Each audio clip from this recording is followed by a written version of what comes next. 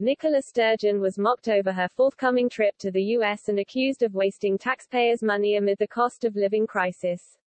Scotland's First Minister is jetting to the US next week to take part in engagements related to the climate crisis, energy, and the war in Ukraine, an announcement revealed. It comes as the SNP Green administration launched its Global Affairs Framework, published on Monday. The framework sets out the basis on which the Scottish Government will prioritise its international activity, a statement said. But criticism over the document came from the Scottish Conservative Party, as its content promotes a preference for Scottish independence. Among others, a note in the framework states the Scottish Government's prospectus for enhanced international relations as an independent state will be published in the run-up to the independence referendum.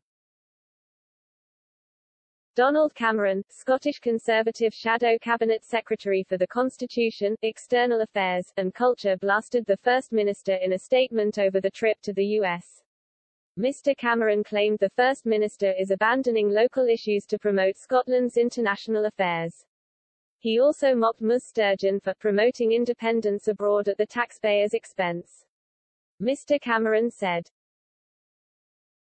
"Just a few days after the local elections and Nicola Sturgeon has already abandoned local issues to jet off on an indie tour to the United States.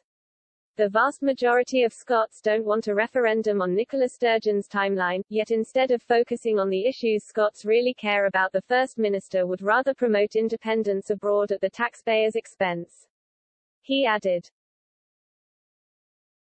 "The Scottish public will be outraged to see the First Minister taking her eye off the ball so soon after local elections, not to mention furious at this waste of taxpayer money in the middle of a cost of living crisis. Nicola Sturgeon should be focusing on tackling her government's woeful record here at home, instead of taking the SNP's obsession with independence on tour."